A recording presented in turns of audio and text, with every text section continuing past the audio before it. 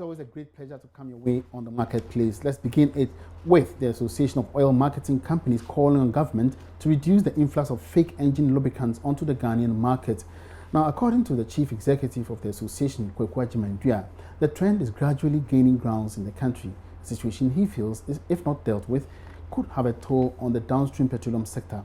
He spoke to Joy Business at the launch of a new Total Quartz lubricant here in Accra. Bismarck Awusa has more. The Association of Oil Marketing Companies is calling for a crackdown on counterfeit versions of engine oil and lubricant products on sale in the country.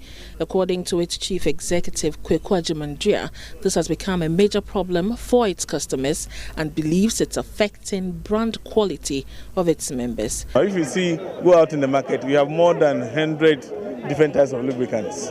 Some of them are imitation. It's just a innovation to have more money somewhere, and some of them will just make the company and imitate the brand. That's what is really bad. And how does it affect your industry? What happens is that, for instance, this new product we just launched, if somebody imitates it and the quality is not good, the impression is that this new brand is not good. But that's not it. Because of the imitation, then you may think that the things, and they will lose. So, and it's something. Once we are tackling the fuel smuggling on the other side, as it goes down, you will see it will be coming to lubricants. Look at where the money is, and everybody tries to go there. The Total Quartz 9000 Future 0W20 is a new lubricant Total has introduced onto the market. According to the managing director of the company, Eric Fancini, the product seeks to reduce the cost motorists incur on vehicle maintenance. It is specially designed to ensure motorist comfort by reducing maintenance costs, reduce fuel consumptions, and protecting the environment through improved air quality. In a related development, the coordinator of the Unified Petroleum Price Fund at the National Petroleum Authority, Samuel Asari Bediako, has pledged the authority's continuous support to providing favorable environments for downstream petroleum sector to thrive. We at the National Petroleum Authority will continue to provide the right regulatory environment for all players in the downstream petroleum sector to conduct business in a healthy and fair competitive manner to meet the expectation of the consuming public. A big day for the future of cars. The Energy Commission says uncertified electricians still pose danger to the life and property of Ghanaians as contractors and other property developers continue to engage them in breach of the law. Associate Programs Manager Fred Ejebrobe says they are intensifying outreach to educate customers on safety standards. Nana Sensumensa has more in this report. From January 2020, clients who fail to engage certified electricians for domestic and industrial wiring and other electrical works will not be connected to the national grid. This is to ensure standardized services to guarantee fire safety in homes and workplaces. Mr. Ejebrobe explains further. Now, with the help of the distribution utilities, only facilities that have been certified or that have been wired by CWP and certified by an inspector will receive service connection. We had made an arrangement for facilities that were not wired by certified practitioners. That's from 2013, and that arrangement will end on the 31st December 2019. The arrangement is facilities that were not wired by certified professionals can only be connected to the distribution network when they have they would have to get the services of an inspector to go and inspect their facility, make recommendations, and then the recommendations be carried out by a CWP. When the CWP has finished carrying out these recommendations and they certify that the facility is safe, then the distribution utility can go ahead and give the service connection to such a facility. The Energy Commission has certified nearly 9,000 electricians and wiring inspectors since the program began nationwide 6 years ago. One of the graduates of the latest group shares his experience. Without the certificate, I was limited because when I'm going to go for a contract, because of the certificate that I don't have, I can't go. But with now, I know with a certificate, I can go for contract. Now I can do instrumentation on my own. But initially, I was not able to do because right now they have taught me how to use the instrument to get those values that we need to get to certify works. Like when you take like the earth electrode, we normally call it earth rod or the earthing system. Initially, people don't know that it's very, very effective in the electrical system because it's the backbone of the whole installation. So right now, with the instrument that I've been able to learn, I can do proper wiring and proper installation. For Joy News, Nana Asensumensa, Kumasi. Let's turn our attention now to agriculture. The Food and Agriculture Organization, FAO, has begun training some inhabitants of fishing communities within the West African sub-region on the use of its new technology for smoking fish. The innovation in fish smoking was introduced in Ghana in 2014 to address the weaknesses of the existing ovens such as the Choco smoker with regards to food safety and the drudgery associated with traditional smoking methods.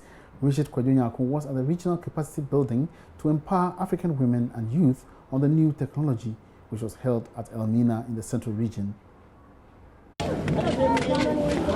The fishing communities in Ghana and elsewhere on the African continent have their own methods of smoking fish for consumption. These methods, though have been there for ages, a research by the Food and Agriculture Organization of the United Nations indicates causes cancer because of the presence of carcinogens produced in the process. The use of dried wood as fuel in traditional processing with its resultant high smoke production, according to the FAO, leads to high release of the chemical polycyclic aromatic hydrocarbons. Omar Penurubia is a lead member of the Food and Agriculture Organization. Starting 2006, several countries in Africa suffered several rejection in the EU market because of this presence of the pH level. Back then, the EU limit was 5 microgram per kilogram of pH.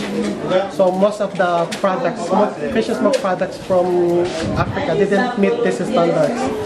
So because of this, it was raised to different fish technologies and safety, and it was also discussed. Abigail Kanyo of the FAO takes trainees through the process in the new technology that has been proven to be a better option than the traditional type. Talking about, you see that it has collected on this. You don't have anything in the fire. We've been processing for a few minutes before you came, but there wasn't any smoke, any burning, you couldn't even tell. So this is how the process is. So the fact that you can sit here, do your processing and you can go anywhere without smoke. So this is how the fat, oil and water collected. The provision of a hot air distributor in the new technology, which also doubles as a storage facility, housing the storage of product for longer periods and from animal predation and insect infestation. Presently, the compact is working in collaboration with national partners in 10 countries at country level. The Democratic Republic of Congo, Ghana, Kenya, Nigeria and Zambia as focal countries, and Republic of Benin, Burundi, Cameroon, Cote d'Ivoire and Tanzania as satellite countries. 3 more countries, Malawi, Togo and Rwanda, are expected to join the compact in 2019. Richard Kwadwonyako, Joy News, Cape Coast. Now, about 38 warehouses are expected to be commissioned for use by close of the year. That's according to the Minister for Special Initiatives, Mavis Hawa Kumson. The initiative is part of government's efforts aimed at improving agriculture in the country. Madam Kumson has been speaking ahead of the commission of the first 2 projects at Edra in the Ashanti region. Edra, Tamale and Techiman, which are large grain producing hubs, will each get 2 warehouses. Each of the 1,000 capacity drain warehouse have dryers which are capable of treating 20 tons of grains daily. An installed solar system supplying 15 kilowatt energy supports the national grid to power the systems. Here is Minister for Special Initiative, Mavis Hawa Kumson. Ejura, Tamale, and then Techiman, they have 2 each. Then the rest of the 44 are scattered all over the country. We have one here at Ebobo. Then you go to Mampong, Asem, and there's another one too there. As we speak, we have about 32 that is completed.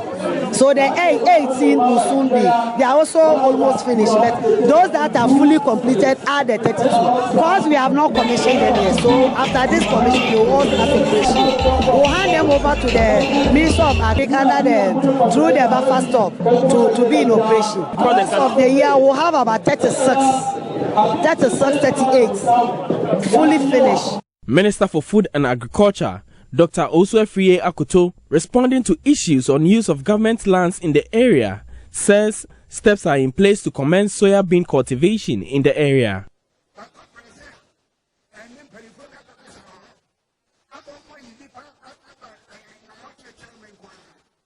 For some time now, we have been in talks with some Brazilians. They have accepted to partner us plant soya on the government's lands. We will have a lot to consume and export. The technical people have been to Tamale to look at the land there. They will come here at a later date. We just concluded the discussions. That is why we are now informing you. Very soon they will commence.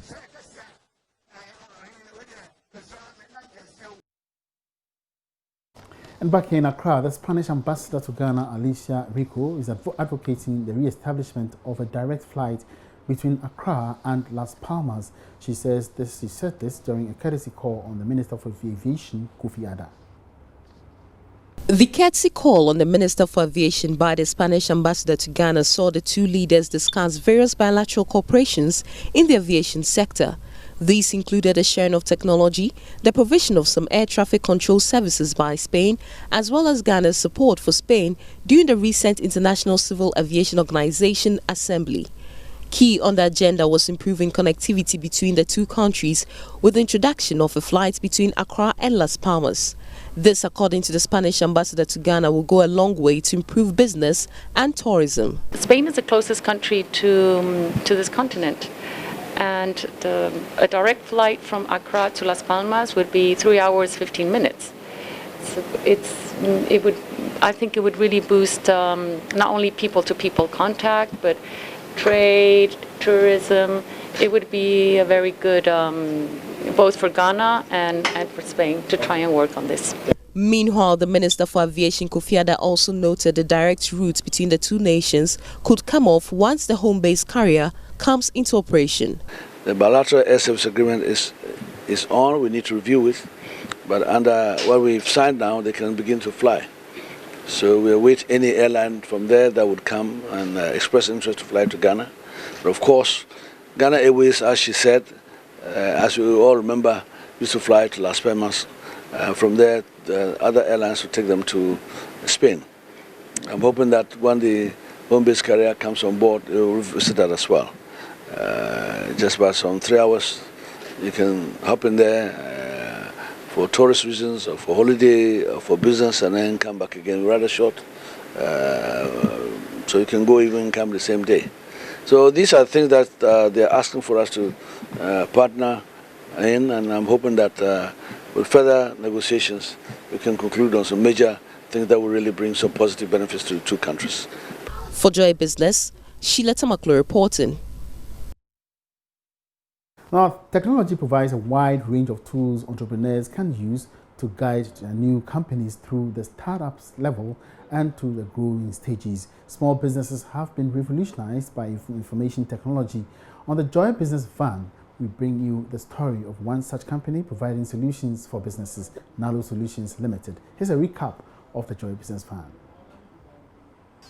6 years in the business, 120 million annual transactions, 600 million SMSs delivered, and 20,000 plus happy customers. That is Nalo Solutions' record so far.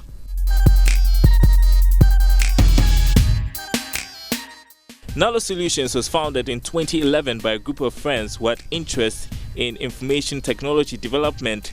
It became operational in 2013.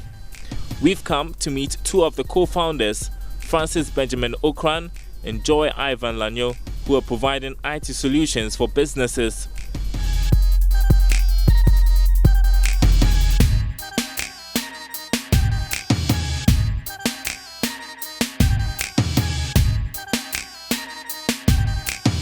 being in the industry, we realized that there were a lot of things we could do that were not being done by others. So we were able to identify some places where we could fill services that we could bring on board that were not there at the time. So out of discussions over lunch and so on, then this idea came about that why don't we form a company so that we can do what we yearn to do, and that's how come we formed the company. In 2011, Ghana ranked 99th in the World Information and Communication Technology rankings. The usage of IT was still far below international best practices, especially at the government level. It was a promising venture, but for the novices in entrepreneurship, it was a huge step from the comfort of their corporate jobs. There were a lot of big guys out there who were really doing it, but because of our engineering background, we're able to provide solutions that people normally wouldn't be able to provide, because people were requesting for now personalized services that were personal to them, not like the general services. So our strength at that time was the fact that we're able to provide specialized services for people, and we were quite affordable too. So people use that. Nalo Solutions' highly patronized service has been its bulk SMS solutions. It also provides online payment solutions as well as software and app development. These are essential services in an age where you can do virtually nothing without technology. I can remember when we started the service, let me say bulk SMS service, a lot of people didn't know about it. And it took us a lot of effort to actually explain and convince people how it works, But once they got on board, they actually appreciated it. So for individual clients, I'll say it's quite a lot. It's quite high, yeah. Then in terms of, let me say, the financial institutions too, let me say we have a number of, like Joy said, the banks. Because of the support we give them and our customer experience, they are able to, hook onto us. And you don't patch the sentence like, because if you send out you, no, it's patched. Nalo Solutions operations has been largely successful despite challenges with the IT infrastructure here in Ghana. The thing is already expensive, then the reliability you can't trust, and therefore you need a backup. That's another cost, okay? So that's the main challenge with the internet service that we have here, the cost and the reliability. At least for now, first we're using, when we started operations, we were on a broadband, and because it's shared, it was giving us problems. Then we had to go on a dedicated over the air and a microwave connection with the weather changes and so on. We have a lot of issues. And then we migrated to fiber. Setup cost was quite high, but we had to do fiber just to make sure that we are getting internet. Because once there's no internet to the office, our operations are down. Everything is hosted on the cloud, just for the reliability of connectivity to other institutions that we operate with. The IT firm's operations have also been boosted by the Business Linkage Program of Invest in Africa, a not-for-profit organization in Ghana which is helping boosting the capacity of small and medium enterprises. Invest in Africa has been very instrumental. Honestly, they came in at a very strategic time. Like we said earlier, we started the business and we're inexperienced. We just started, we were just technically inclined. But in terms of running a business, we didn't know much about some of the modalities of running a business, getting a business plan, setting up and making sure that you have a strategy, looking at your books effectively and all that. And I think Invest in Africa came in promptly to help us. As the country gradually develops its IT space, the co-founders are upbeat about the prospects for their business. We are looking at bringing in new kind of business ventures. Yeah, and some of them, of course, will mean that we'll need some capital injection. So, of course, we need some funding, and we need to actually get some investors on board to also partner for us to achieve those targets. So that's something that we are seriously looking at as a strategy. A new way to progress, a new way to advance, a new way to succeed.